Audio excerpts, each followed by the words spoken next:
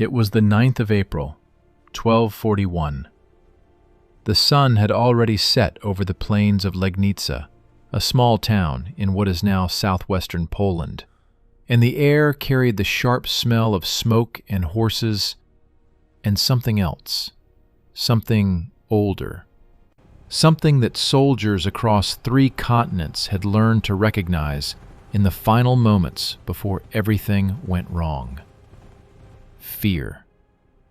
Not the ordinary fear of battle, not the nervous energy that a knight feels before a charge when his horse is stamping beneath him and his lance is steady and he knows exactly what he is supposed to do. This was something different. This was the fear of a man who suddenly realizes, too late, that he has been played. That everything he thought he understood about the battle he was fighting was wrong. That the enemy he thought was retreating was not retreating at all.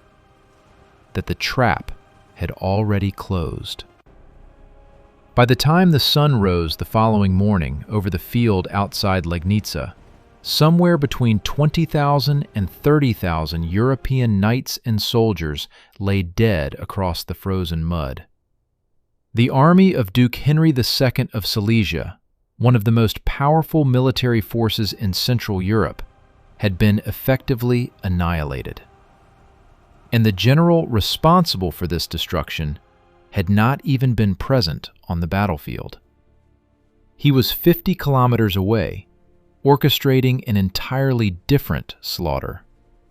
His name was Batu Khan, and the trick he used that night, a trick so psychologically devastating, so militarily precise, that historians are still arguing about its mechanics nearly 800 years later, would go on to reshape the borders of the known world.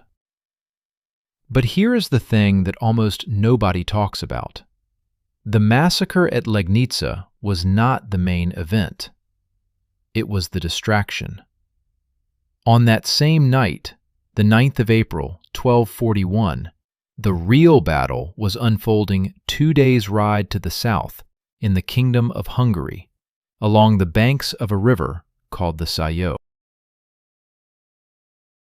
And there, on the morning of the 10th of April, a Mongol general named Subutai, a man who had been nearly blind in one eye for decades, who was so overweight by this point in his life that he had to be carried into battle in a cart, engineered what military historians now consider one of the most tactically sophisticated victories in the history of human warfare. In a single engagement, in less than 12 hours, the Mongol forces destroyed an army of somewhere between 60,000 and 80,000 soldiers, the flower of Hungarian knighthood, the military backbone of an entire kingdom, gone. The total dead across both battles, fought simultaneously on the same night, separated by hundreds of kilometers, exceeded 100,000 men. And it was all planned in advance.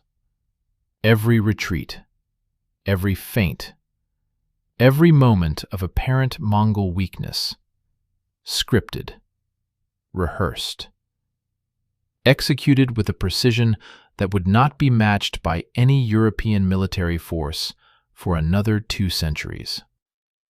So the question that has haunted historians, strategists, and military scholars ever since is devastatingly simple. How? How did a nomadic people from the steppes of Central Asia, a culture with no cities, no universities, no formal military academies, develop a system of warfare so sophisticated that it could simultaneously destroy 2 major European armies on opposite sides of a mountain range on the same night, using coordinated strategies that required weeks of advanced planning and real-time communication across hundreds of kilometers? How did Subutai, sitting in his cart, half blind and aging, look at a map of Central Europe and see not just a battlefield, but a trap. A trap so elegant that the Europeans walked into it willingly, convinced they were winning, right up until the moment it snapped shut. And what exactly was the trick? Because there was a very specific, very deliberate psychological and tactical maneuver that was employed at the Battle of Mohi, which is what historians call the engagement on the Sajo River, that transformed a confrontation between roughly equal forces into a one-sided slaughter. A maneuver that exploited not a weakness in European armor or European weapons or European numbers, but a weakness in European thinking. To understand it, we need to go back. Not just to 1241, but further. We need to understand who Subutai was, where he came from, what kind of mind could conceive of something like this. We need to understand the Mongol Empire at the precise moment it turned its attention westward, like a vast, terrible eye swiveling to focus on a continent that had no idea what was coming. We need to understand why, in the winter of 1241, the most powerful military organization on the planet descended on Central Europe, and why, to this day, most people in the West have almost no idea that it happened. Because the story of the Battle of Mohi is not just a story about medieval warfare. It is a story about intelligence, about preparation, about the difference between an army that knows what it is doing and an army that merely thinks it does. It is a story about the most dangerous thing in the world, a general who is smarter than you and who has had months to prove it. Stay with me, because what happened on the banks of the Sajo River in the spring of 1241 was not a battle. It was a masterclass. And the professor was a man who had spent 60 years preparing for exactly this moment. His name was Subutai, and this is his greatest lesson. The man in the cart. Let us talk about Subutai for a moment, because if you want to understand what happened at Mohi, you have to understand the mind and the mind behind it belongs to one of the most remarkable military commanders in human history. A man who, by almost any objective measure, deserves to be mentioned in the same breath as Alexander the Great, Julius Caesar, and Napoleon Bonaparte. And yet, outside of specialist military history circles, almost nobody knows his name. That tells you something important about how we remember history and who gets to be remembered in it. Subutai was born somewhere around 1175 in the forests northwest of Mongolia, into a clan of blacksmiths called the Uryankai. Not warriors, not nobility, blacksmiths. The people who made the tools, the people who stayed behind when the fighting men rode out. He was not supposed to be a general. He was not supposed to be anything by the standards of the world into which he was born. And yet, by the time he was 30 years old, Subutai had already commanded armies across distances that no general in history had previously covered. By the time he was 40, he had fought successful campaigns in China, Persia, the Caucasus, and the Russian steppes. Theaters of war separated by thousands of kilometers, each with completely different terrain, climate, enemy tactics, and logistical challenges. By the time he turned 60, he had personally directed more than 65 pitched battles and major campaigns. 65, without a single decisive defeat. Think about that number for a moment. 65 major engagements.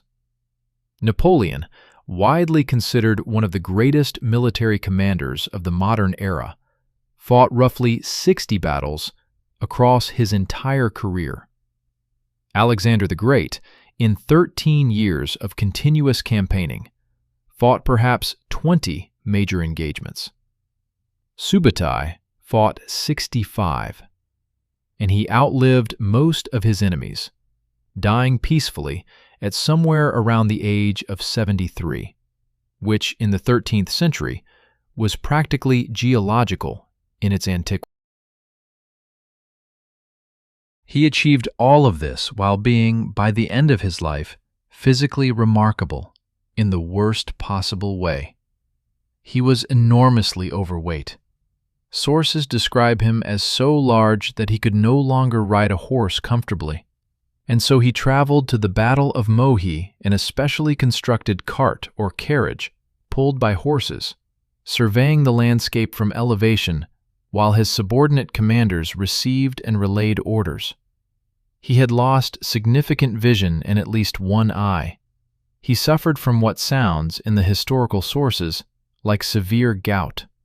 He was, in other words, a man whom you would not look at and think, "There goes the most dangerous military mind on the planet," which was, in its own way, entirely appropriate, because underestimation was one of Subutai's most effective weapons. But let us start at the beginning. Let us start with how a blacksmith's son from a forest clan became the architect of the Mongol Empire's most ambitious military campaign. Subutai met Temujin, who would later become Genghis Khan, as a young man, possibly as early as 1190 or 1191, when Temujin was in the process of consolidating his power over the various nomadic tribes of the Mongolian steppe. The details of their first meeting are unclear, filtered as they are through the secret history of the Mongols, a chronicle compiled sometime around 1240 that is simultaneously one of our most valuable historical sources for this period and one of the most frustratingly incomplete. What we do know is that Subutai attached himself to Temujin's rising power early, and that Temujin recognized almost immediately that this young man from the blacksmith clan possessed something unusual, something that could not be trained into a man, only a spatial intelligence, an ability to look at a landscape, at a set of numbers, at a report from a scout, and to instantly perceive not just what was there, but what would be there in 3 days, or 10 days, or 3 weeks, if certain actions were taken now. The military term for this quality is operational vision, the ability to think not just tactically about the immediate engagement, but operationally and even strategically about the campaign as a whole, about how individual battles fit together into a larger pattern, how the movement of forces across hundreds of kilometers connects to events happening simultaneously elsewhere. Most commanders, even very good ones, think tactically. They fight the battle in front of them. Subutai thought in 4 dimensions. He planned campaigns the way a chess grandmaster plans games, not just thinking about the next move, but about the position that move would create 10 moves from now, and how that position would constrain his opponent's options while expanding his own. And Genghis Khan, who was himself one of the most gifted military minds of his era, recognized this quality in Subutai, and did something that only truly great leaders do with truly great subordinates. He got out of the way. Subutai was given resources, given objectives, and given autonomy. He was trusted to design and execute campaigns with a level of independence that was almost unheard of in the military structures of the time. And in return, he delivered results that seemed, to the people on the receiving end of them, almost supernatural. His first independent great raid, and it was genuinely great in scope, came in 1221, 1222, and 1223, when Subutai and a general named Jebe were dispatched westward with roughly 20,000 cavalry to pursue the fleeing Shah of Khwarezm, following the Mongol conquest of that empire. What began as a pursuit mission became something else. Subutai and Jebe rode through Persia into the Caucasus, defeated a Georgian army, defeated an Alan-Kuman coalition force on the steppes north of the Caucasus Mountains, penetrated into the Crimea, raided into what is now Ukraine, defeated a combined Russian and Kuman force at the Battle of the Kalka River in 1223, a battle that destroyed one of the most significant Russian military forces of the era, and then rode back east to rejoin the main Mongol armies. They had covered, in approximately 2 years, somewhere in the neighborhood of 8,000 kilometers. They had fought and won every engagement along the way. And they had done something that, from a purely military intelligence perspective, was even more valuable than the victories themselves. They had learned. Subutai had seen Eastern Europe. He had assessed its military capabilities, its political divisions, its geography, its seasonal conditions, its river systems. He had interrogated prisoners, gathered information from merchants, observed the quality of enemy cavalry and infantry in fortifications. He had filed all of it away in that extraordinary mind, and when he rode back east, he carried with him the most detailed intelligence assessment of Eastern Europe that any Mongol commander possessed. And then he waited. He waited nearly 20 years. There were other campaigns in the interim: China, Persia again, the consolidation of Mongol power across Central Asia. Subutai fought in all of them, commanded in many of them, continued to accumulate the extraordinary record that would eventually total those 65 engagements. But Europe was always there, in the back of his mind, the unfinished assessment, the enemy he had scouted but not yet fought. In 1235, at a great Kurultai, a grand assembly of Mongol princes and commanders, the decision was formally made to launch the Western campaign. The campaign that would become known in European sources as the Mongol invasion, or the Tatar invasion, or simply, and this is the most evocative translation, the coming of the Mongols. Batu Khan, a grandson of Genghis Khan, was appointed the nominal commander of the Western campaign. He was the political authority, the royal figurehead, the name that would appear in the history books as the leader of the invasion. But the operational command, the actual planning, the actual execution, the actual thinking, was given to Subutai, and Subutai had been thinking about this campaign for nearly 20 years. He knew something about Europe that the Europeans did not know about themselves. He knew how they fought. He knew how they thought about warfare, and he knew, with the cold precision of a man who has spent 6 decades studying military conflict, exactly where those patterns of thinking would make them vulnerable. European medieval warfare, by the early 13th century, had evolved into a highly ritualized, highly structured system built around the armored knight. The mounted knight in full armor was the most expensive, most powerful, most prestigious military unit of the medieval world, a weapons system that had dominated Western European battlefields for roughly 4 centuries. The culture, economy, and social structure of medieval Europe were organized, to a significant degree, around the production and maintenance of this weapons system. Knights fought in a particular way. They charged. That was fundamentally what they did. They gathered. They formed up. They charged at the enemy with lances. They broke through the enemy line. They exploited the breach. It was enormously effective against enemies who fought in the same basic manner. It was the tactical vocabulary that European commanders understood. The problem was that it was also completely predictable. And against an enemy who knew it was coming. An enemy who had specifically designed his tactics to exploit that predictability. The charge of armored knights was not a strength. It was a weakness. Subutai knew this. He had seen it at the Kalka River. He had seen it in a dozen other engagements against cavalry-based opponents who relied on the mass charge as their primary tactic.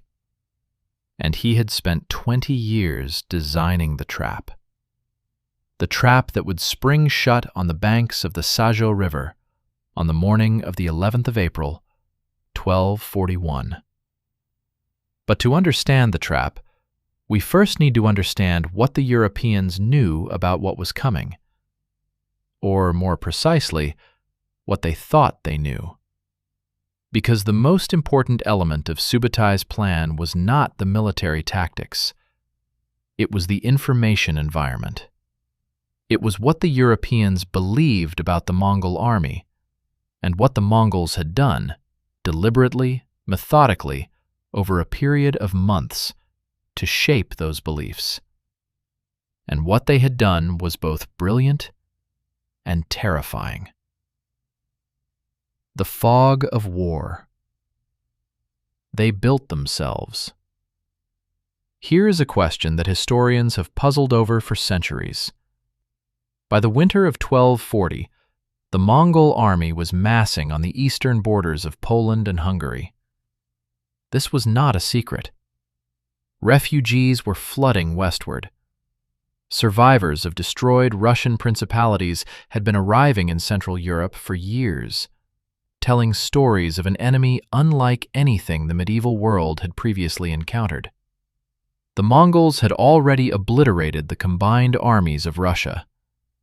They had burned Kiev, one of the great cities of the medieval world, a city of perhaps 50,000 people, to the ground in December of 1240. They had crossed the Carpathian Mountains in the middle of winter, which everyone who knew anything about those mountains said was impossible.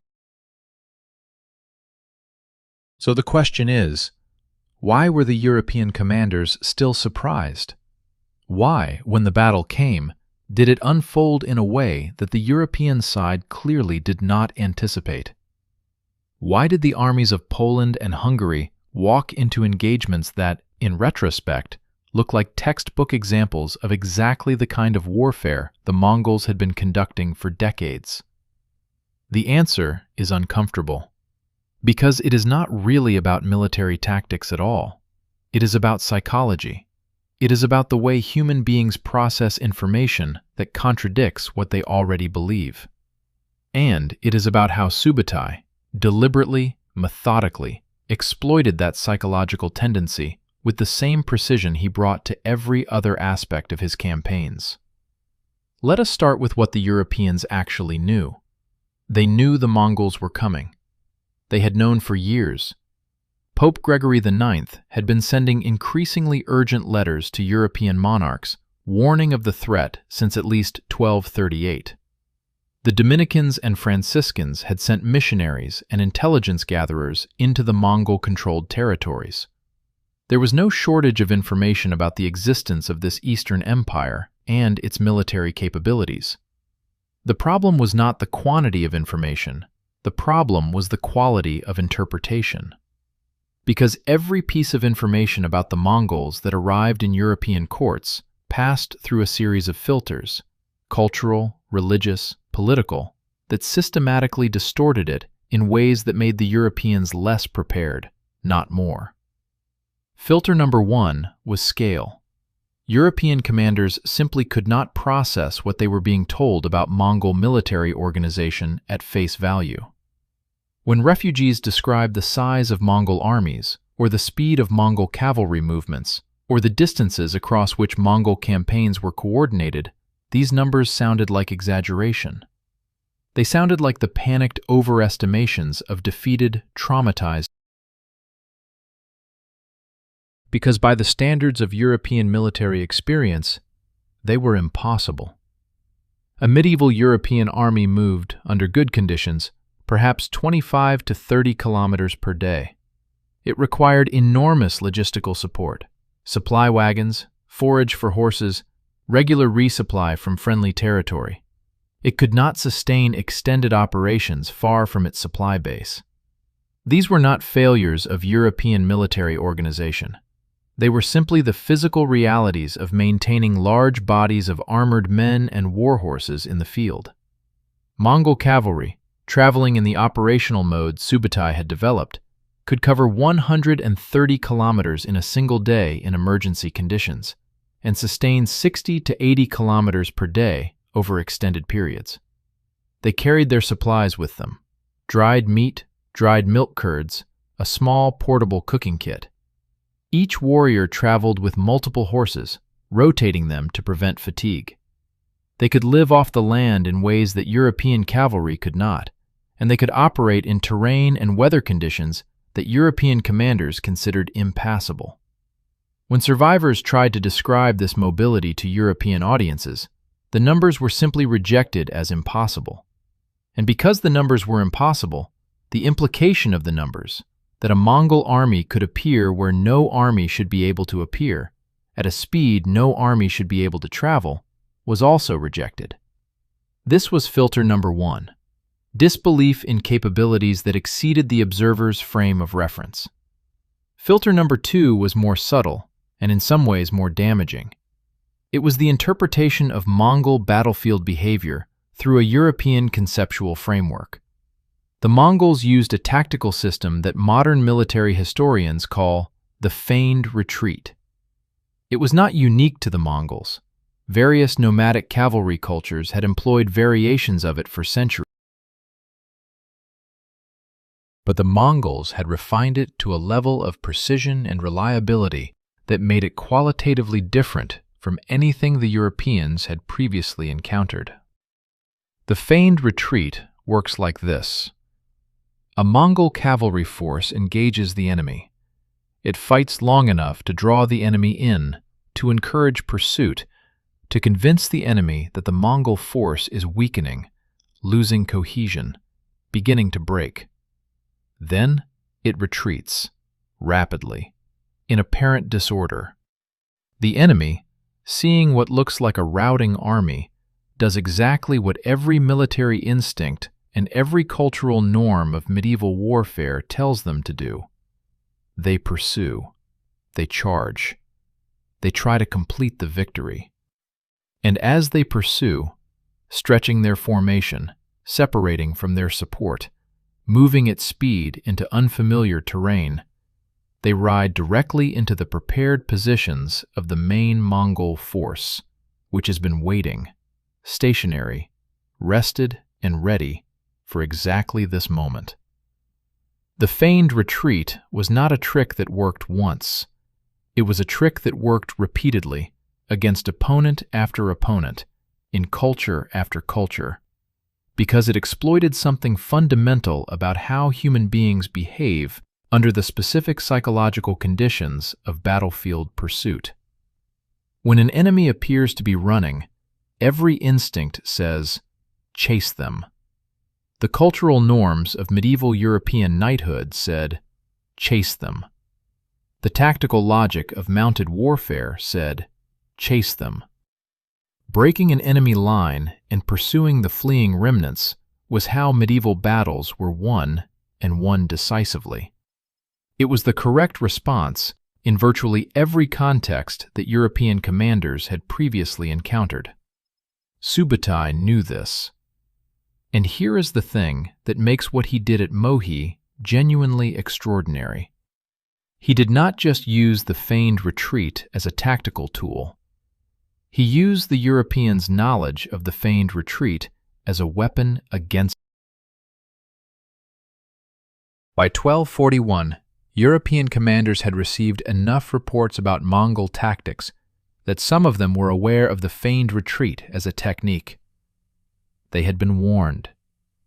They had been told, by survivors and missionaries and intelligence reports, that when the Mongols appeared to flee, it was a trap.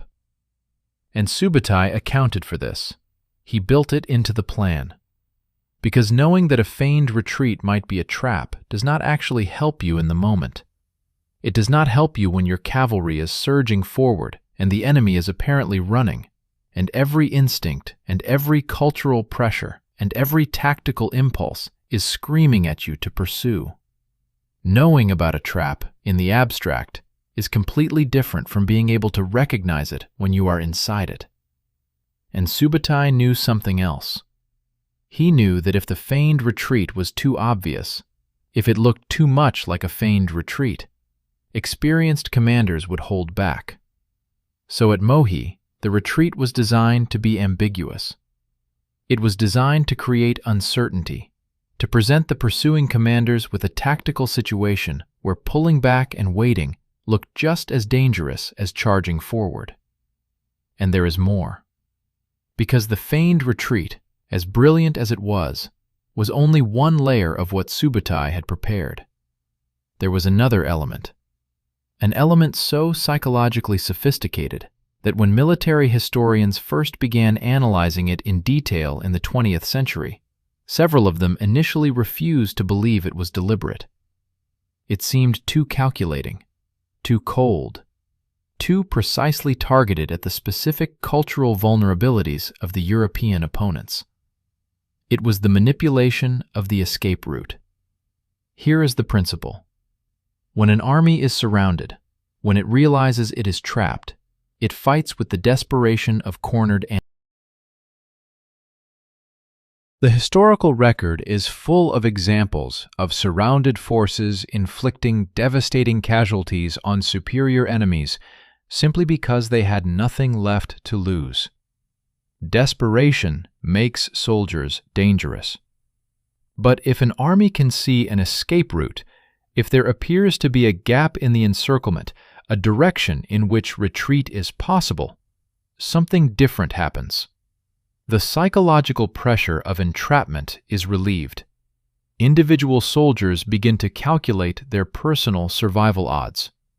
The instinct to fight to the last is replaced by the instinct to preserve oneself by reaching that gap. And an army that is running for an escape route is not fighting. It is fleeing. And fleeing soldiers can be killed at leisure by pursuing cavalry, in far greater numbers than they could have been killed if they had stood and fought. At Mohi, Subutai deliberately left a gap in his encirclement. Not because he lacked the forces to close it, he had the forces. He left it because a trapped European army would fight back and potentially break his lines. But a European army that believed it had a chance to escape would run. And when they ran through that gap, across the marshy terrain that the Mongol scouts had already assessed and that the fleeing Europeans had not, they ran directly into Mongol cavalry that had been positioned to intercept them. The gap was not an escape route. It was the final chamber of the trap. This is what makes Mohi different from a merely brilliant tactical victory. This is what elevates it into something else, into a demonstration of psychological warfare that was centuries ahead of its time. Subutai was not just thinking about how to defeat the Hungarian army militarily. He was thinking about how to make the Hungarian army defeat itself by manipulating the decisions of individual soldiers and commanders at every stage of the engagement, from the initial contact, through the pursuit, through the encirclement, through the attempted escape. Every decision point was anticipated. Every predictable response was incorporated into the plan. The Europeans were not simply outfought at Mohi. They were outthought at every level before the first arrow was fired. But we are getting ahead of ourselves, because before we can understand how the trap was sprung, we need to understand how it was set. We need to go back to the weeks before Mohi, to the intelligence gathering, the strategic deception, The extraordinary logistical achievement of positioning an army of roughly 75,000 warriors in exactly the right place, at exactly the right time, without the Hungarians understanding what was being assembled on their doorstep. And we need to talk about the rivers. Because water, specifically rivers, was the key to everything that happened in the spring of 1241. Rivers determined where armies could move and where they could not. Rivers determined where bridges were and where fords were, and where an army crossing in the open, in the dark, would be most vulnerable to attack. And rivers, as Subutai had understood from the very beginning of his planning for this campaign, were the mechanism through which the entire battle would be decided. One river in particular, the Sajo. The king who could not see the trap. King Bela IV of Hungary was not a fool. This is important to establish clearly, because what happened to him at Mohi is sometimes told as a story about incompetence, about a medieval king too proud or too ignorant to recognize the danger in front of him. And that telling is wrong. It is wrong in a way that actually makes the story less interesting, because it removes the tragedy from it. Bela IV was, by the standards of his time and place, a capable and intelligent ruler. He had spent years working to rebuild royal authority in Hungary after a period of aristocratic fragmentation that had significantly weakened the central government. He was politically sophisticated. He understood military matters. He had advisors who had seen Mongol warfare firsthand. He knew the Mongols were dangerous. He did not know how dangerous. And that difference between knowing something is dangerous and knowing precisely how dangerous and in precisely what way turned out to be the difference between life and death for 60,000 of his men. Let us go back to the autumn of 1240. The Mongol army had just destroyed Kiev. The news arrived in Hungary within weeks, carried by terrified refugees streaming westward across the Carpathians. Bela received intelligence reports that a massive Mongol force was assembling east of the mountains. He knew an invasion was coming. And he did what a responsible medieval monarch does when invasion is coming. He called his lords. He summoned his army. He began preparing his defenses. And here is where the first of his strategic mistakes was made. A mistake that was entirely understandable given the information he had, and entirely fatal given the information he lacked. Bela decided to concentrate his army and meet the Mongols in the field. This was the correct decision by every military principle he had been taught. You do not cede territory without a fight. You do not allow an invading army to advance unopposed into your kingdom, burning and pillaging while your forces shelter behind walls. You meet the enemy. You bring your strength to bear. You fight. The Hungarian army that assembled in response to Bela's summons was genuinely formidable. Modern estimates, based on chronicle sources and what we know about Hungarian military organization of the period, suggest a force of somewhere between 60,000 and 80,000 men. This included the heavy armored cavalry that formed the elite striking force of any medieval European army, plus infantry, light cavalry, crossbowmen, and a contingent of Cuman warriors, nomadic steppe fighters who had recently fled Mongol expansion and sought refuge in Hungary. The Cumans are worth pausing on for a moment, because they were potentially the most valuable military asset Bela possessed, and he managed to neutralize them entirely before the battle even began. The Cumans were steppe nomads. They knew how to fight the way the Mongols fought. They knew the tactical repertoire, the feigned retreat, the envelopment, the use of massed archery from horseback. If they had been present at Mohi in force, fighting alongside the Hungarian army, the battle might have unfolded very differently. Subutai knew this, and so, in one of the most elegant pieces of strategic manipulation in the entire campaign, the Mongols arranged for the Cumans to not be at Mohi. How? Through rumor. Through carefully seeded disinformation. In the weeks before the invasion, stories began circulating in Hungary, through channels that the historical sources do not clearly identify, but which many historians believe were deliberately planted by Mongol agents or sympathizers, that the Cumans were actually Mongol spies, that their sudden arrival in Hungary was not flight from Mongol conquest, but infiltration before Mongol invasion, that the Cuman leader, a man named Kotoni, was a Mongol agent sent to sabotage the Hungarian defense from within. There is no credible evidence that any of this was true, but it was believed. Or at least it was believed by enough people, inflamed by enough fear and xenophobia, that a mob in Pest killed Kotoni before the battle. And in response to this murder, the Cuman forces, understandably furious, suddenly seeing themselves as surrounded by people who viewed them as enemies, withdrew from the campaign entirely. They rode south, out of Hungary, burning and pillaging as they went. Bela lost his most tactically relevant military asset before the battle started, and he lost it not to Mongol military action, but to Mongol information warfare. Whether this was deliberately engineered by Subutai's intelligence apparatus, or whether it was fortunate coincidence, is a question historians still debate. But given everything else we know about how the campaign was planned and executed, the hypothesis of deliberate manipulation is difficult to dismiss.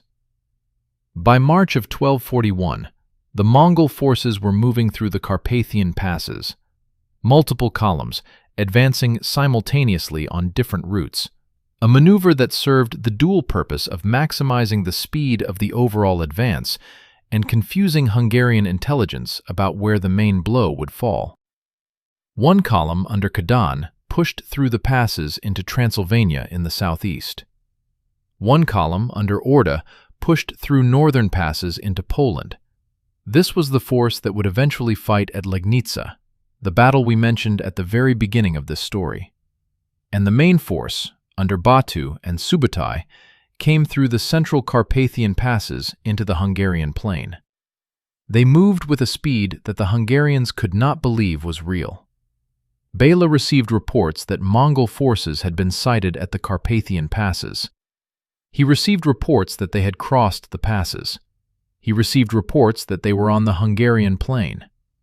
Each report arrived faster than the previous one, each one pushing the Mongols closer to the Hungarian heartland at a pace that seemed, to everyone receiving the reports, like it had to be wrong. It was not wrong. By mid-March, the Mongol advance guard had reached and burned the town of Vach on the Danube, barely 35 kilometers north of the Hungarian capital at Pest. Bela evacuated his court and moved to join his army, which was assembling further east. The Hungarian army concentrated near the town of Pest and then, in early April, moved northeast along the Danube and then east, following the course of the Hernad River toward a crossing of the Sajo. They were marching to engage the Mongols. They were moving toward what they believed would be the decisive battle. They were right about that.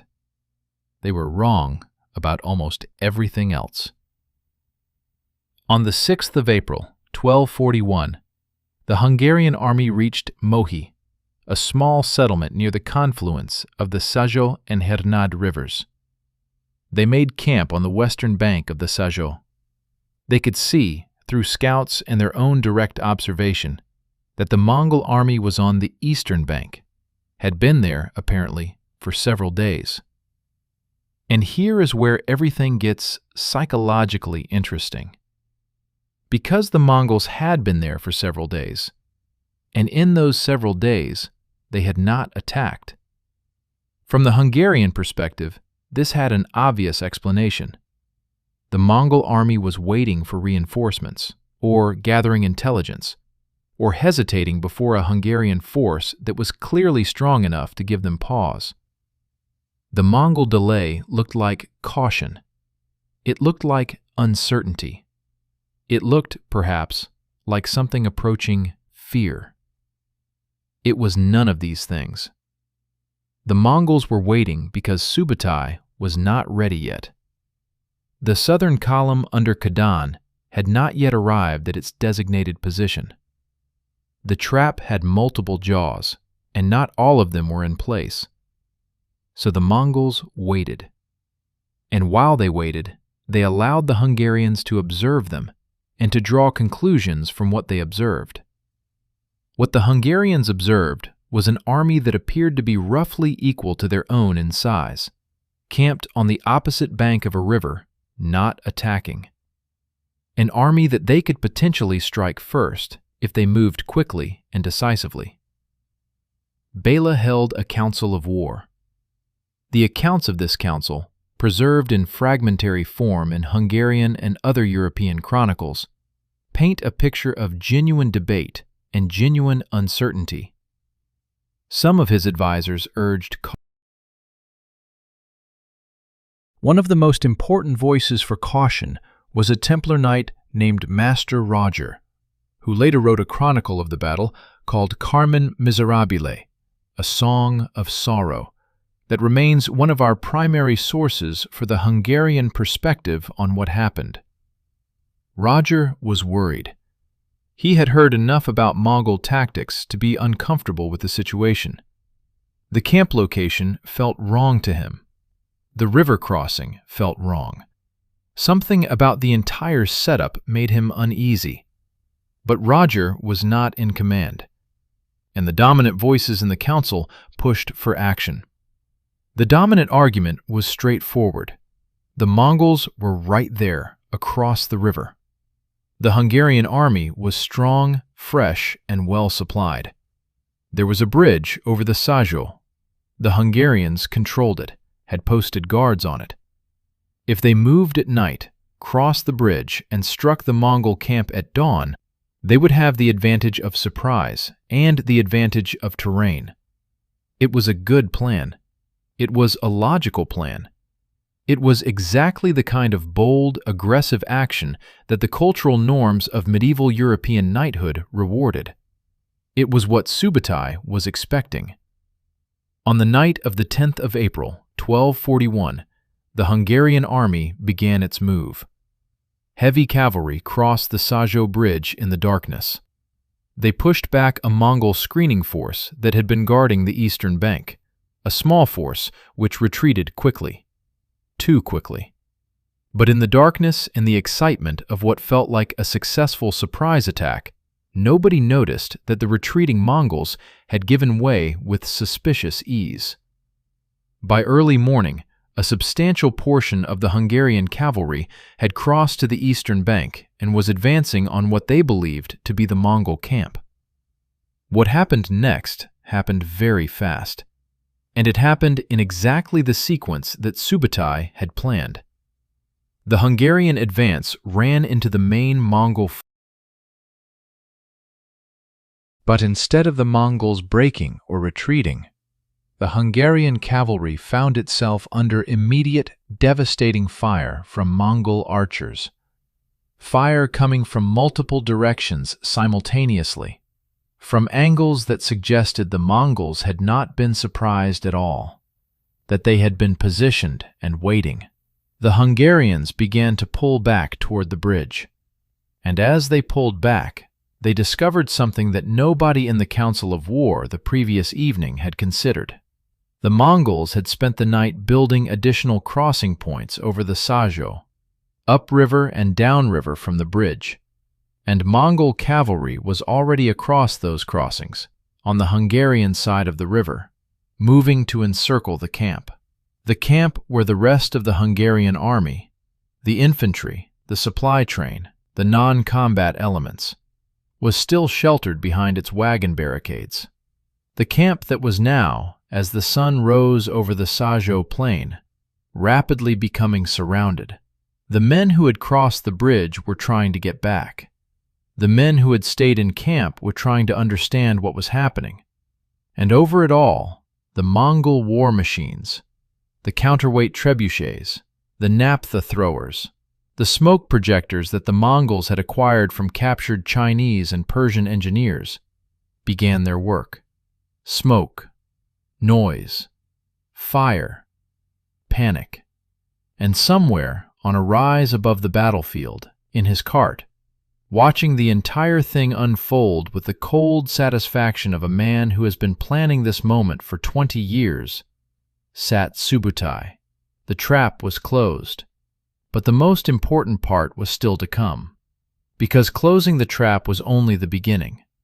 What Subutai did next, what he did with 60,000 desperate, trapped men, was what separated Mohi from every other battle of the medieval era.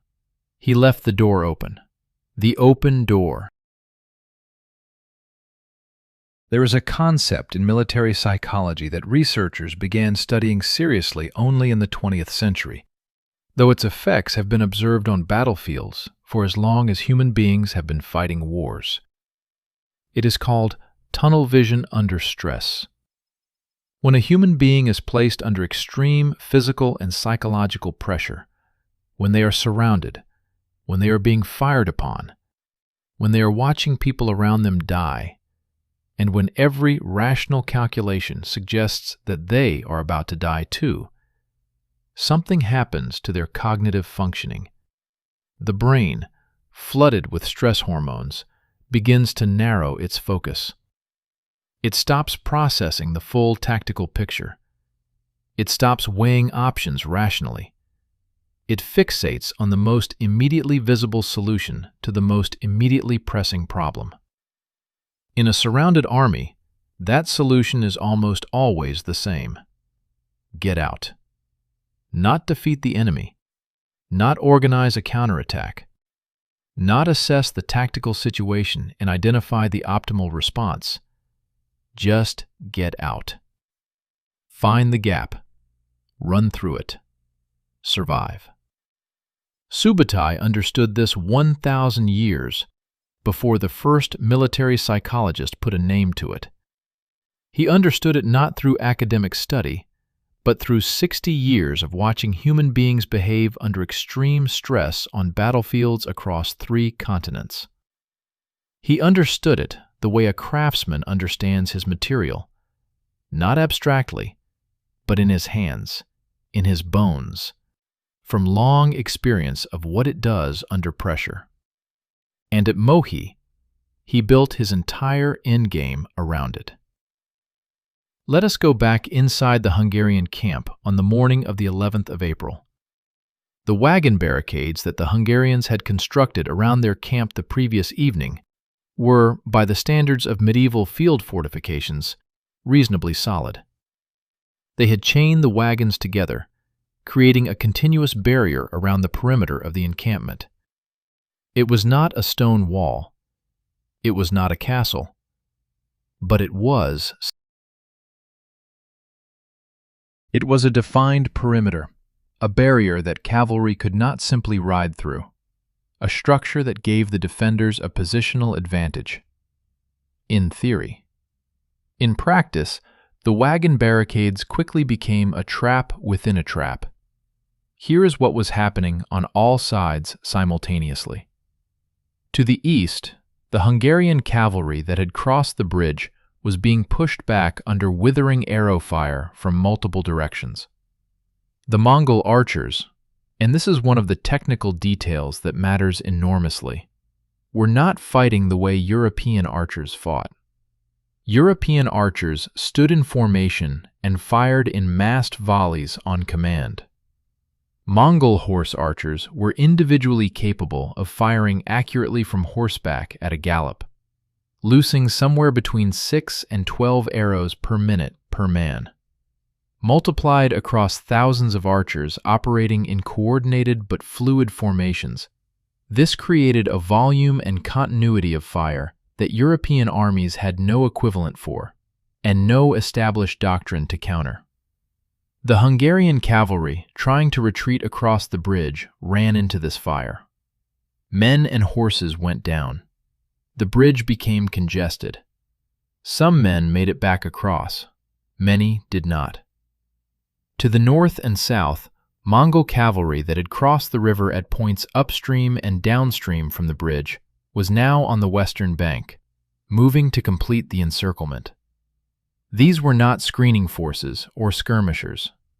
These were substantial cavalry formations, moving fast, cutting off the avenues of retreat that the Hungarians had assumed were safe because they were behind the river. The river that the Hungarians had thought of as protection, as a barrier between themselves and the enemy, had been turned into a cage. The Mongols were on both banks now. The river was no longer a defensive asset. It was a wall at the Hungarians' backs. And then the artillery opened up. This is the element of Mohi that tends to surprise people who have not studied the Mongol military system because when most people picture a 13th century nomadic army, they do not picture artillery. They picture cavalry, horses and bows, speed and maneuver. But the Mongol army of 1241 was not the cavalry force of Genghis Khan's early campaigns. It had evolved. It had absorbed, through conquest, the military engineering expertise of some of the most technologically sophisticated civilizations of the medieval world: the Chinese, the Persians, the engineers of the Khwarezm Empire. By the time of the Western campaign, the Mongol army traveled with a corps of military engineers capable of constructing and operating counterweight trebuchets, ballistas, and incendiary weapons of considerable sophistication. At Mohi, these weapons were brought to bear on the wagon barricades from multiple directions. The trebuchets threw stones heavy enough to smash wagons and the men sheltering behind them. Other projectors, the historical sources mention fire and smoke, and some accounts describe substances that sound like early forms of naphtha or incendiary compounds, threw burning material into the camp. But here is the crucial detail. Here is the thing that Subutai had specified, that had been planned and built into the operational design from the beginning. The bombardment was not uniform around the entire perimeter. On the western side of the Hungarian camp, facing away from the river, the fire was lighter. The pressure was less intense. The Mongol forces on that side were visibly fewer, visibly less aggressive. There was a gap. Not a complete absence of Mongols, but a thinning, a place where the encirclement seemed less solid, where the fire was less heavy, where movement appeared possible. To men inside the camp, under bombardment, watching the perimeter on three sides being pressed hard, and seeing that one side was less pressed, the conclusion was obvious. That is the way out. That is where we run. And the chronicles that describe what happened next are harrowing to read. Master Roger, who survived and wrote his account years later, describes scenes of complete psychological collapse inside the camp. Men who had been trained warriors, armored knights, veterans of previous campaigns, abandoned their weapons, abandoned their wounded comrades, abandoned any semblance of military organization, and ran for the gap in the western perimeter. They pushed through. Some of them broke through the Mongol screening force on that side. They were out of the camp. They were running west across open ground, away from the river, away from the battle, away from the terrible noise and fire and death. They thought they had escaped. They had not escaped. What the fleeing Hungarians ran into, on the open ground west of the camp, was the prepared killing ground that Subutai had selected weeks earlier, when Mongol scouts had first assessed the terrain around the Saijo confluence. The ground was marshy in places, ground that would slow heavily armored men and horses dramatically. The Mongol cavalry waiting in that zone were fresh. They had not fought that morning. They were rested, organized, and positioned specifically to intercept exactly the kind of disordered flight that was now occurring. And disordered flight, it turns out, is catastrophically easy to kill. A soldier who is running is not fighting. A soldier who is running is not watching for threats from the sides or from behind. A soldier who is running has, in the most fundamental psychological sense, already surrendered, not to captivity, but to the single, overwhelming imperative of getting away. That imperative crowds out everything else: tactical awareness, combat instinct, the will to turn and fight. The Mongol cavalry pursuing the fleeing Hungarians did not need to engage in anything that could reasonably be called combat. They rode alongside and behind the fleeing men and killed them, methodically, efficiently, for kilometers.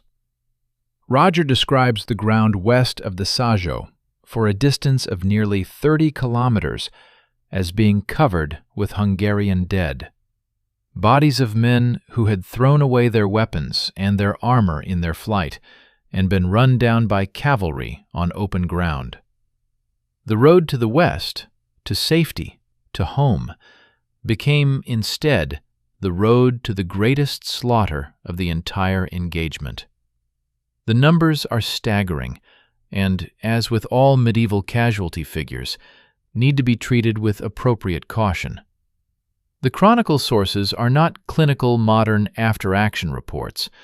They were written by survivors and near contemporaries who were processing a catastrophic trauma, and their numbers sometimes reflect that emotional reality as much as statistical precision. But even accounting for exaggeration, the convergence of multiple independent sources, Hungarian chronicles, Polish sources, the accounts of missionaries and travelers who passed through the region in the months and years after the battle, even some Mongol sources filtered through Persian and Chinese intermediaries, suggests that the losses were genuinely catastrophic. Somewhere between 40,000 and 70,000 Hungarian soldiers died at Mohi and in its immediate aftermath. The army that Bela IV had assembled, one of the most powerful military forces in Central Europe, was destroyed as a fighting force in a single morning. Bela himself survived. He fled the battle early enough and fast enough, and with sufficient escort, to escape the killing ground west of the Sajo. He would spend the next year as a fugitive in his own kingdom, hunted by Mongol cavalry detachments sent specifically to find and capture or kill him. He eventually took refuge on an island off the Dalmatian coast, beyond the reach of the Mongol pursuit. Hungary, in the months following Mohi, ceased to function as an organized state. The Mongols spread across the Hungarian plain, destroying towns, burning crops, killing or enslaving populations on a scale that the archaeological and documentary record confirms was genuinely catastrophic. Estimates of Hungarian population loss in the 1241 to 1242 period range from 15% to 50% of the total population, numbers that, even at the conservative end, represent one of the worst demographic disasters in Central European history.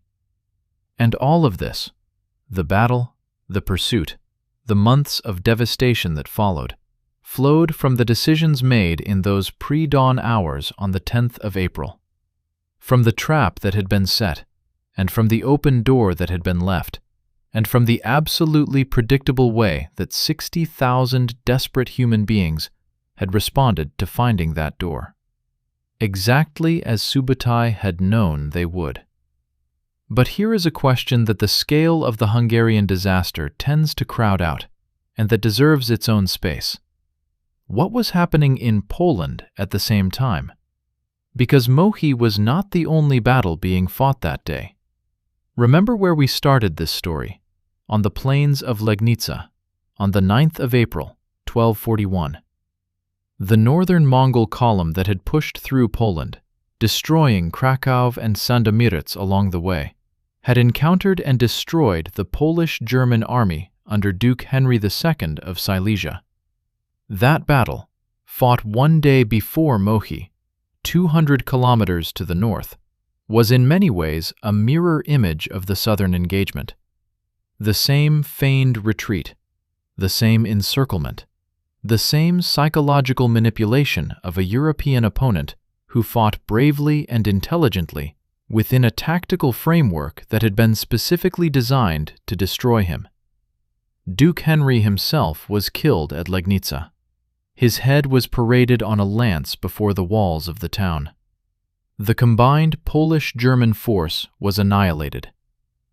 2 armies, 2 battles, 1 night, 1 mind behind. This is the logistical and command achievement that tends to get overlooked in the drama of the tactical narrative. Subutai was coordinating simultaneous major operations across a front of several hundred kilometers against different opponents in different terrain, with forces that could not communicate with each other in real time by any technological means available in the 13th century.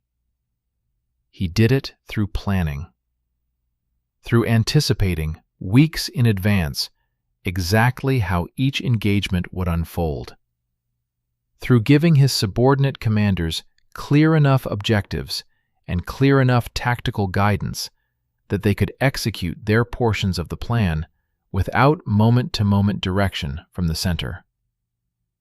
This is operational art at a level that European armies would not begin to approach for another 2 centuries. The closest European parallel most military historians reach for is the campaigns of Napoleon, 560 years later. And yet there is one more question. One question that, when you ask it, reframes everything we have been discussing. The Mongols had destroyed the Hungarian army. They had destroyed the Polish army. They were deep inside Central Europe, with no military force capable of stopping them between the Sajo River and the Atlantic Ocean. Why did they stop? Why they stopped. In the spring of 1242, the Mongol army stood on the shores of the Adriatic Sea. Let that image settle for a moment. Nomadic warriors from the steppes of Central Asia, who had begun their westward march from Mongolia roughly 4 years earlier, had crossed the Ural Mountains, crossed the Volga, crossed the Carpathians, destroyed 2 major European armies in a single night, burned their way across Poland and Hungary, crossed the Danube in winter, pushed through Croatia, and reached the coast of the Adriatic. They were looking at the sea. Between them and the Atlantic Ocean, between them and France, and the Holy Roman Empire, and England, and the Iberian Peninsula, there was no military force capable of stopping them. The armies that might have opposed them had been destroyed or dispersed. The kingdoms they would have had to pass through were in varying states of panic and political paralysis. Pope Innocent IV was preparing to flee Rome. The Holy Roman Emperor Frederick II, one of the most capable rulers of the medieval period, was writing urgent letters to European monarchs warning of the existential threat from the East, and receiving, in response, mostly paralysis and political maneuvering. Europe was, in the most literal military sense, open. And then the Mongols turned around and went home. This moment, this pivot, this withdrawal that nobody in Europe could quite believe was real, has generated more historical debate than almost any other single event of the medieval period, because the question it poses is almost unbearably consequential. What would have happened if they had not stopped? And underneath that question, a more immediately answerable one. Why did they stop? There is a traditional answer to this question. It appears in countless textbooks and popular histories, and it has the virtue of simplicity and narrative satisfaction. Ögedei Khan, the son of Genghis Khan and ruler of the Mongol Empire, died in December of 1241. Under Mongol law and custom, the death of the great Khan required all senior princes and commanders to return to Mongolia for the Kurultai, the Great Assembly, at which a new great Khan would be chosen. Batu Khan and the other royal princes with the Western army were obligated to return. The campaign was suspended. Europe was saved by a death in Mongolia. This is a good story. It is dramatic and historically elegant. The idea that the fate of European civilization hung on the health of a man in a tent in Central Asia. And it is not wrong, exactly. Ögedei's death did happen. The Kurultai requirement was real. The senior princes did need to return. But it is incomplete in ways that significantly change the picture. Because military historians who have looked at this question carefully, particularly in the last few decades, as scholarship on the Mongol Empire has become more sophisticated, and as researchers have been able to draw on a wider range of source material, including Persian, Chinese, and Armenian sources alongside the European chronicles, have identified a number of factors that suggest the withdrawal from Europe was not simply a matter of dynastic obligation overriding military opportunity. It was more complicated than that, and more interesting. Let us start with the military situation on the ground in the spring of 1242. The campaign in Central Europe, despite its extraordinary successes, had not been without difficulties. Hungary and Poland, unlike the open steppe terrain that Mongol cavalry was optimized for, presented logistical challenges. The Mongol horses, which were the foundation of the entire military system, required enormous quantities of grazing land. The Hungarian plain, the great flat grassland that stretches across much of modern Hungary, was actually reasonably suitable for this purpose, and the Mongols had made it their operational base during the winter of 1241 to 1242. But the terrain further west was different. The forests of Germany, the hilly terrain of Bohemia, the river systems of the Rhine Valley, this was not steppe. This was terrain that reduced the mobility advantage of Mongol cavalry and increased the defensive advantages of the European populations. Fortified towns and castles, which the Mongols could take given time and their engineering capabilities, would slow the advance considerably. Supply would become more difficult. Furthermore, the Western campaign had lasted longer than originally. The resistance encountered in Russia had been stiffer than anticipated in some places. The logistical burden of operating so far from the Mongol heartland was significant and growing. The army had been continuously campaigning for 4 years. And there is another factor that the sources hint at, but that is difficult to quantify precisely. The Mongol army was smaller than it had been. Not dramatically smaller, not crippled, but smaller. Because even an army that wins every battle it fights takes casualties.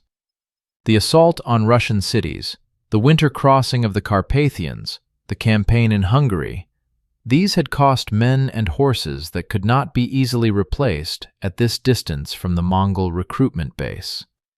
Some historians estimate that the Western army had declined from its peak strength of perhaps 150,000 warriors to somewhere in the range of 70 to 90,000 by the spring of 1242.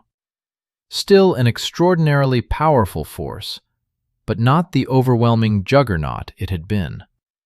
Against this background, Ogeday's death provided something that may have been, for some of the senior commanders, not just an obligation, but a welcome reason to pause. A legitimate, face-saving reason to consolidate rather than continue to advance into an increasingly difficult operational environment. Batu Khan himself had political reasons to want to be present at the Kurultai. The succession to the position of Great Khan was not automatically determined.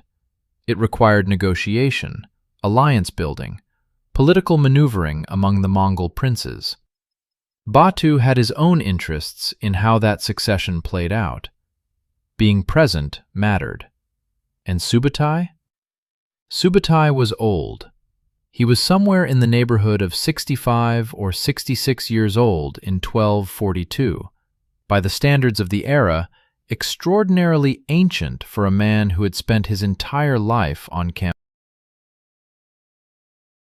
The historical sources suggest that even before the Western campaign concluded, he was beginning to experience the physical decline that would eventually take him from the field. There is a poignant detail in some of the sources, difficult to verify with precision but consistent across enough different accounts to be plausible, that Subutai had wanted to continue west. That he had assessed the European military situation and concluded that the campaign could and should proceed. That his operational plan extended beyond Hungary into the German-speaking lands, and perhaps further. Whether this is accurate is impossible to know with certainty, but it is consistent with everything we know about how Subutai thought. He did not leave campaigns unfinished if he could help it. He was not a man who withdrew from an objective he believed was achievable. If the withdrawal was not entirely his choice, it would be the first time in his career that the political structure of the empire he served had pulled him back from a military objective he believed was within reach. There is something quietly tragic about that possibility. The greatest military mind of the medieval world stopped not by an enemy army, but by a death in Mongolia and the political calculations of princes who cared more about the succession than the campaign. But let us steelman the other side of this argument, because there are serious historians who believe that even without Ogeday's death, the Western campaign would have been reaching its natural operational limits by 1242. The argument goes like this. The Mongol military system was extraordinarily powerful, but it was not unlimited. It was optimized for specific conditions: open terrain, mobile warfare, the ability to live off the land across vast distances. As it pushed further west into the denser, more fortified, more logistically complex environment of Western Europe, those optimization advantages would have diminished. The resistance would have stiffened, not because European armies would suddenly have become tactically superior to the Mongols, they would not, but because the terrain and the fortification density would have changed the nature of the conflict from the kind of fast, mobile campaign that Subutai excelled at into something slower, more attritional, more costly. The cities of Western Europe in 1242 were more heavily fortified than the Russian or Hungarian cities the Mongols had encountered. The political fragmentation of the Holy Roman Empire would have made it difficult to destroy in a single decisive campaign. There was no single army to defeat, no single capital to take, no single political entity whose destruction would produce the kind of comprehensive collapse that the Mongols had achieved in Khwarezm or in Hungary. This argument has merit. It does not answer the question definitively because the campaign never happened, and counterfactual history is inherently speculative. But it suggests that the withdrawal of 1242 was perhaps not entirely the catastrophic near miss for European civilization that the dramatic framing implies. Or perhaps it was. Perhaps Subutai would have found a way. Given what we know about what he had already achieved, the unprecedented coordination of simultaneous campaigns across hundreds of kilometers, the psychological sophistication of Mohi, the logistical achievement of maintaining a major army in the field for 4 years across distances that no previous military organization had attempted. Dismissing the possibility seems unwise. What we can say with confidence is this. When the Mongols withdrew in 1242, they did not withdraw because they had been defeated. They withdrew because of a combination of political obligation, logistical reality, and leadership calculation that historians are still unpacking. They left behind a Central Europe that was traumatized, depopulated in significant areas, and, this is the important part, fundamentally changed in how it thought about military organization and the nature of the threats it faced. Because the Mongols came back. Not immediately, not in 1242 or 1243, but in 1259, 1260, and 1261, Mongol forces under Burqa Khan raided deep into Poland again. In 1285, another major invasion force penetrated Hungary under Nogai Khan, though it was repelled after suffering significant losses in difficult terrain. In 1341, a full century after Mohi, Mongol forces were still capable of mounting major incursions into Eastern Europe. The threat did not end in 1242. It merely paused. And Europe, to its credit, learned. Slowly, imperfectly, incompletely, but it learned. In the decades following 1241, there was significant investment in stone fortifications across Poland, Bohemia, Hungary, and the German eastern frontier. Towns that had been burned were rebuilt with stronger walls. Military organization evolved, not toward the kind of mobile cavalry warfare that the Mongols excelled at. European military culture was too deeply invested in the armored knight for that kind of wholesale reinvention, but toward the kind of defense in depth that made another Mohi-style decisive engagement less likely. Bela IV, who returned to Hungary after the Mongol withdrawal and spent the rest of his reign rebuilding his devastated kingdom, became one of the most energetic castle builders in Hungarian history.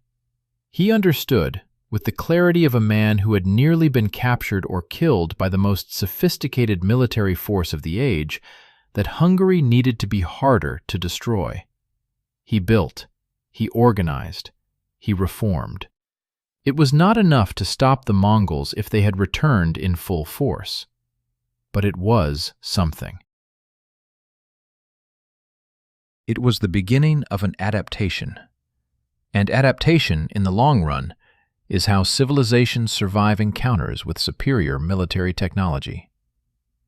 This brings us to the question that haunts the entire story of Mohi, the question that military theorists and historians keep returning to, not just because it is historically interesting, but because it has direct implications for how we think about warfare and strategy today. What made Subutai so different? Not just better, different. Qualitatively different, in a way that seems to transcend the tactical and operational details we have been discussing. Because the feigned retreat was not invented by Subutai. The encirclement was not invented by Subutai. The use of psychological manipulation in warfare was not invented by Subutai. These are techniques as old as organized conflict itself. What Subutai did was synthesize them, combine them, stack them in layers, each one reinforcing the others, each one accounting for the possibility that the previous layer might fail or be recognized. He built redundancy into his deceptions, the way a modern engineer builds redundancy into a critical system. Not because he expected any individual element to fail, but because he understood that complex systems operating in uncertain environments always contain the possibility of failure, and the only protection against that possibility is to ensure that no single failure can compromise the whole. This is a sophisticated concept. It is not a concept that most military commanders of any era have fully grasped. Most commanders plan for success. They design their operations around what will happen when everything goes right. Subutai planned for failure. He designed his operations around what would happen when things. He asked at every stage of the planning process a question that military theorists did not begin to formally codify until the 20th century. What happens if the enemy does not do what I expect? And then he built contingencies for those contingencies. At Mohi, the answer to that question was visible in every layer of the trap. If the Hungarians did not pursue the feigned retreat, the Mongol cavalry could disengage and reset. If the Hungarians held their camp instead of fleeing through the gap, the artillery and fire would eventually create enough pressure to break their cohesion. If the fleeing soldiers did not run into the prepared killing ground, the pursuing cavalry would catch them on the open plain. Every decision point had a designed response. The Hungarians could not make a choice that Subutai had not already planned for. This is what military theorists call decision dominance.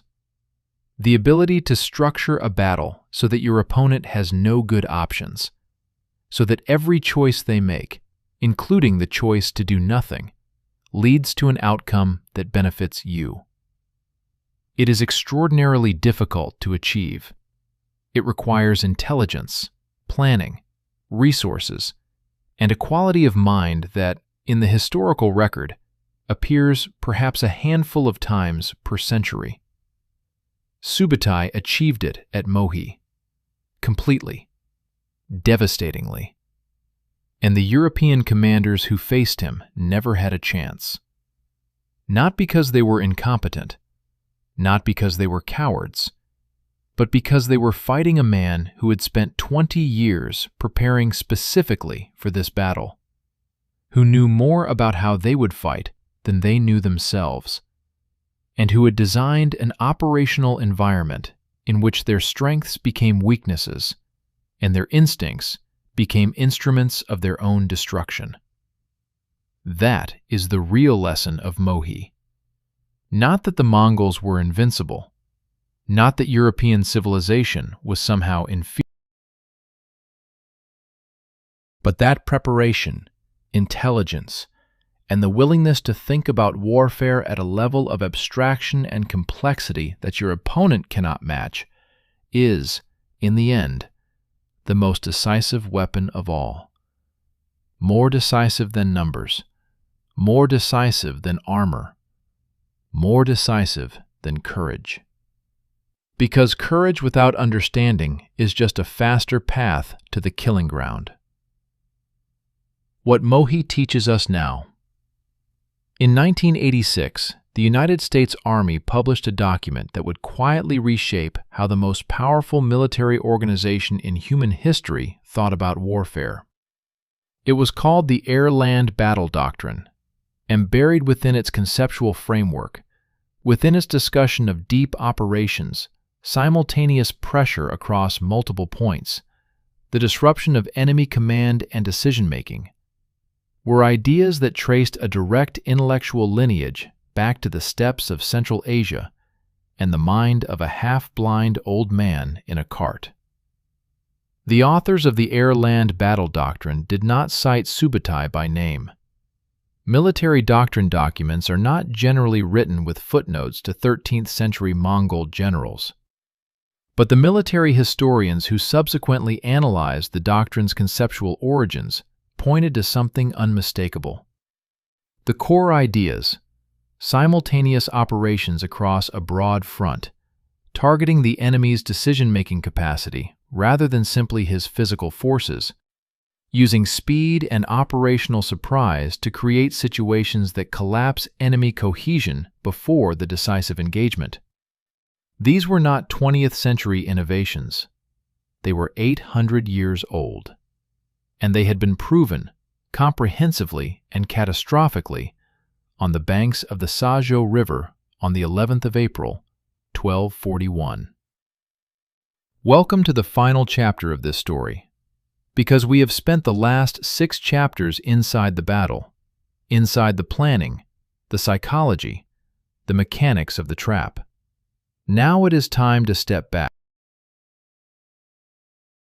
to look at what Mohi means, not just as a historical event, but as an idea, as a case study, as a set of principles that have echoed forward through 8 centuries of military thought and that continue to shape how armies train, plan, and fight today. And then, at the very end, to ask the question that this story has been building toward all along. The question that is not really about the 13th century at all. Let us start in the classroom. The United States Army Command and General Staff College at Fort Leavenworth, Kansas, is one of the premier military education institutions in the world. It is where the United States Army sends its most promising officers to study the art of war at an advanced level, to read history, to study campaigns, to develop the kind of operational and strategic thinking that distinguishes good commanders from great ones. The Mongol campaigns of the 13th century, and the Battle of Mohi specifically, have been part of the curriculum at Leavenworth for decades. Not as historical curiosity, as operational case study. What the faculty at Leavenworth and at equivalent institutions in Britain, Germany, Israel, and elsewhere have found, when they analyze Mohi through the lens of modern military doctrine, is something that should by now be familiar to us. Subutai was not doing something primitive. He was not doing something that belongs to a simpler, less sophisticated era of warfare. He was doing something that modern military theory has given precise names and elaborate frameworks to describe, and that modern armies struggle, with all their technology and resources and institutional knowledge, to consistently replicate. He was conducting what modern doctrine calls a deep battle. He was achieving what theorists call operational paralysis. He was implementing what the military theorist John Boyd, in his extraordinarily influential work on decision cycles, and what he called the OODA loop, observe, orient, decide, act, described as the fundamental mechanism of military victory. Boyd's insight, developed in the 1970s and 80s through his study of air combat and then expanded into a general theory of conflict, was this: every combatant, whether an individual pilot or an army of 60,000 men, operates through a cycle. They observe what is happening. They orient that observation within their existing understanding. They decide on a response. They act. The key to winning, Boyd argued, is not to be stronger or faster in any individual element of this cycle. It is to operate through the cycle faster than your opponent, and simultaneously to disrupt your opponent's cycle, to feed them false information in the observation phase, to exploit their existing mental models in the orientation phase, to create situations that are changing faster than they can decide and act in response. An enemy who is always one cycle behind you, who is always reacting to a situation that has already changed, is an enemy who cannot effectively fight back. He is not being defeated by superior force. He is being defeated by superior tempo, by a decision environment that he cannot keep up with. This is precisely what Subutai did at Mohi. The Hungarians were always reacting to the previous situation. They crossed the bridge in response to what appeared to be an opportunity. But that opportunity had been engineered by the Mongols. They retreated back toward camp in response to unexpected resistance that had been positioned specifically to create that retreat. They fled through the gap in response to the encirclement, a gap that had been deliberately left. At every decision point, by the time they had observed, oriented, decided, and acted, the Mongol response was already. They were always one step behind. And in the compressed time frame of a medieval battle, one step behind is fatal. Boyd developed his framework studying jet aircraft traveling at hundreds of kilometers per hour.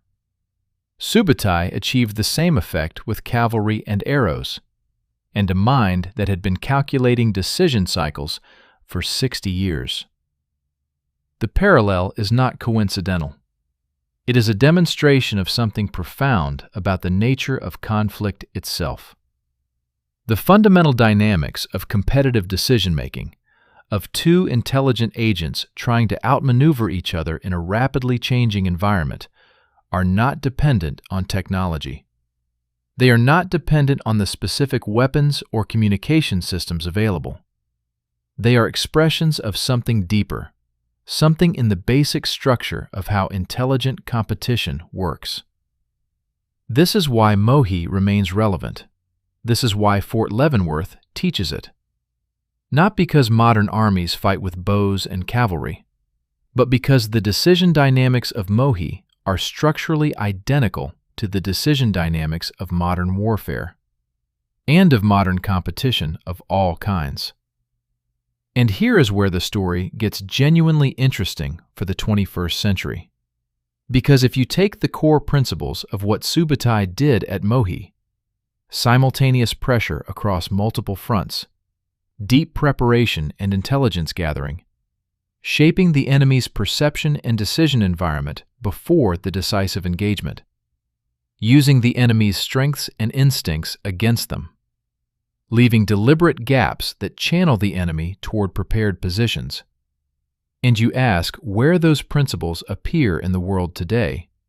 The answer is not confined to military affairs. You find them in cybersecurity,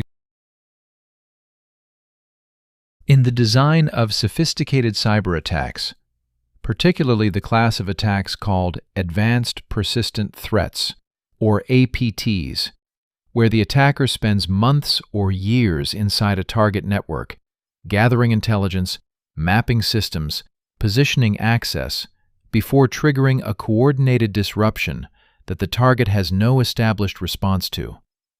The parallels to Subutai's 20-year preparation and his simultaneous multi-axis attack on the morning of Mohi are not superficial.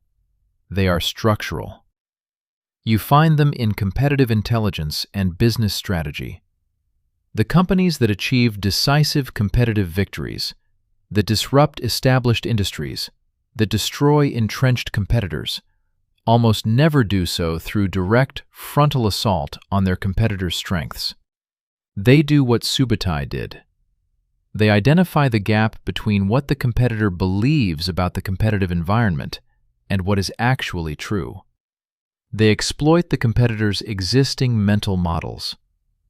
They create a situation that has already changed before the competitor realizes it needs to respond. You find them in information warfare and influence operations, in the deliberate shaping of information environments to constrain the options of adversaries and populations, to make certain choices feel inevitable or certain threats feel absent, to engineer the perception of reality in ways that serve strategic objectives. This is exactly what the Mongol intelligence apparatus did in the months before 1241, seeding disinformation about the Cumans, controlling what the Hungarians believed about Mongol strength and intentions, engineering a perception of the strategic situation that guided the Europeans toward exactly the choices Subutai had planned for. The technology is different. The specific mechanisms are different. But the underlying logic, control what your adversary believes, and you control what your adversary does, is identical. This is perhaps the most unsettling thing about studying Mohi carefully. The realization that the most sophisticated elements of what Subutai did were not the military tactics. They were the information operations, the perception management, the deliberate engineering of the enemy's decision environment. And that element of the campaign, that layer, required no special technology. No horses, no bows, no engineering corps. It required only intelligence, patience, and a profound understanding of how human beings process information and make decisions under uncertainty. Those requirements have not changed in 800 years. Now let us sit with the counterfactual for a final moment, because it deserves serious attention. If the Mongols had not withdrawn in 1242, if Ögedei had not died, or if Batu and Subutai had pressed forward regardless, what would have happened? Military historians are divided, and the division is honest. It reflects genuine uncertainty about variables that cannot be resolved with available evidence. The pessimistic view, pessimistic for medieval Europe that is, holds that Western Europe in 1242 had no realistic military answer to the Mongol army. The German knights of the Holy Roman Empire were tactically similar to the Hungarian and Polish knights that had already been destroyed. The fortifications of Western Europe were generally no stronger than those that Mongol engineers had already reduced.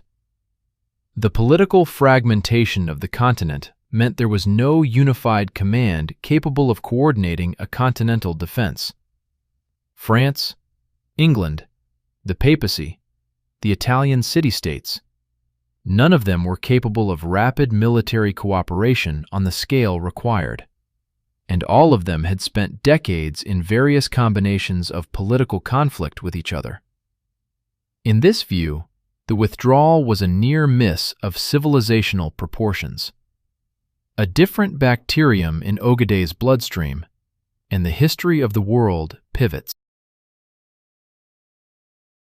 The optimistic view, and it is perhaps surprising that there is one, holds that Western Europe's geography, climate, and fortification density would have increasingly degraded the Mongol operational tempo as the campaign moved further west.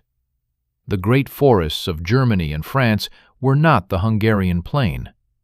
The river systems of the Rhine and the Loire created defensive barriers that would have slowed Mongol mobility in ways that the Sazhou had not. The castle density of Western Europe was significantly higher than anything the Mongols had encountered in Central Europe. And the logistical challenges of maintaining a major Mongol army in the field in Western Europe, this far from the steppe and this far from the Mongol recruitment base, would have been severe. In this view, Mohi was the high water mark, not because of Ögedei's death, but because the conditions that made Mohi possible were already beginning to change as the campaign moved west. The truth is almost certainly somewhere between these positions, and the truth is, ultimately, unknowable. What is knowable, what the historical record makes undeniable, is that it was very close. Closer than most people in the Western tradition realize or acknowledge. The comfortable narrative of Western European civilization as an inevitable cultural and political success story tends to paper over the moments when it was genuinely, existentially fragile. April of 1241 was one of those moments. The armies that stood between the Mongol advance and the heart of Western Europe had been destroyed. The general who destroyed them was still alive, still capable, still willing. What saved Europe was not European military genius. It was not European valor, or European faith, or European cultural superiority. It was a death in Mongolia, and a set of logistical and political calculations made by men who were already thinking about the next great Khan rather than the next conquest. That is a humbling thing to say. And it brings us, finally, to the question this story has been building toward. Because if the lesson of Mohi is that preparation, intelligence, and decision dominance matter more than numbers or courage or even technology, if the lesson is that the most devastating weapon available to any combatant is a more sophisticated understanding of the conflict than your opponent possesses, then what does that tell us about the conflicts of our own time? We live in an era of extraordinary information density. More data is available about more things than at any previous point in human history.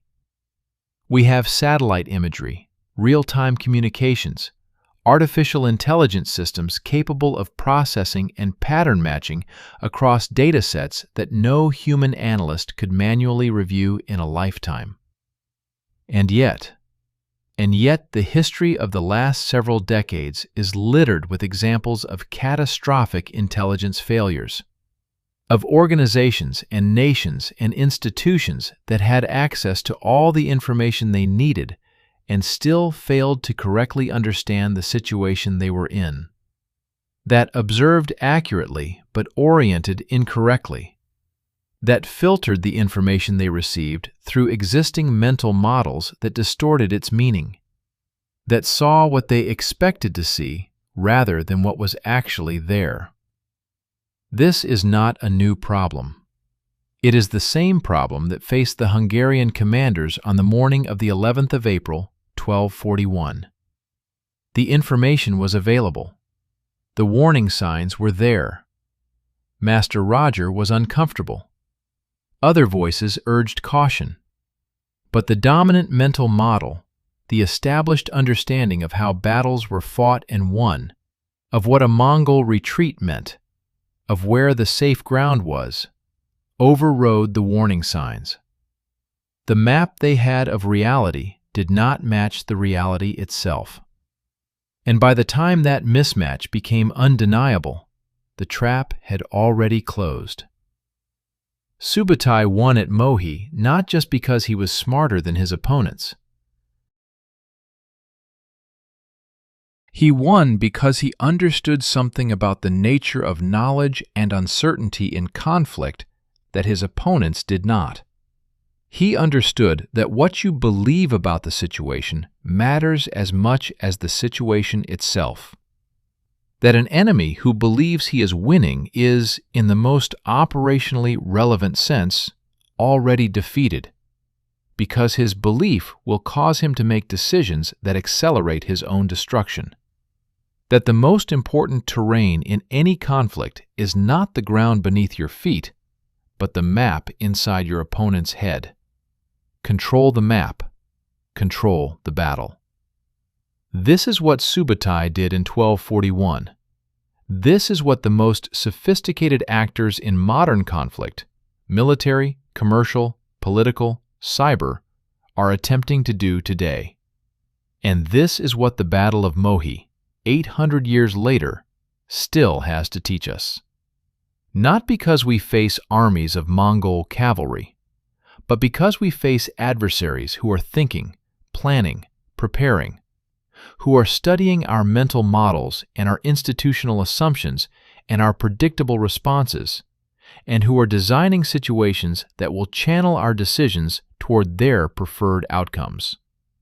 The question Mohi asks us, directly and without comfort, is this: do we know what map we are using? And does it match the territory? Because if it does not, if there is a gap between what we believe about the world and what is actually true, then somewhere, in some planning room, in some equivalent of a tent on the steppes of Central Asia, there is someone who has already found that gap. And they have had months to prepare for what happens when we discover it. Subutai is dead. he died peacefully in 1248, somewhere in Mongolia, at an age that by the standards of his era was almost miraculous. He never lost a decisive battle. He never failed to achieve a strategic objective when the resources and the political will were present to support him. He left no written treatises, no equivalent of Sun Tzu's Art of War, though the parallels between his operational practice and Sun Tzu's theoretical framework are so precise that some scholars have wondered whether he had access to that text. What he left was the record.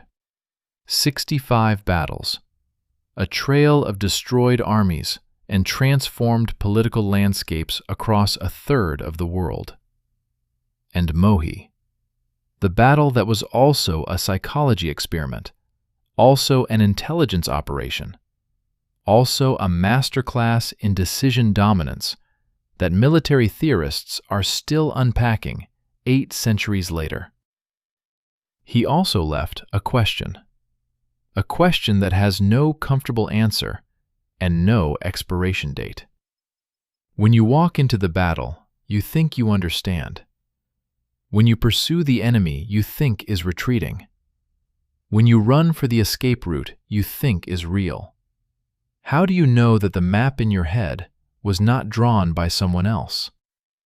How do you know you are not already inside the trap?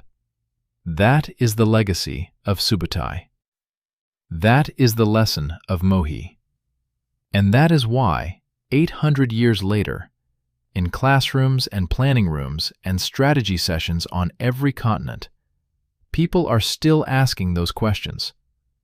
Because the general who makes you ask them, who makes you doubt your own map, who makes you hesitate at exactly the moment when hesitation costs you everything, that general has already won. Even if he is sitting in a cart, half blind, 1,000 years in the past. Because the general who makes you ask them, who makes you doubt your own map, who makes you hesitate at exactly the moment when hesitation costs you everything, that general has already won. Even if he is sitting in a cart, half blind, 1,000 years in the past.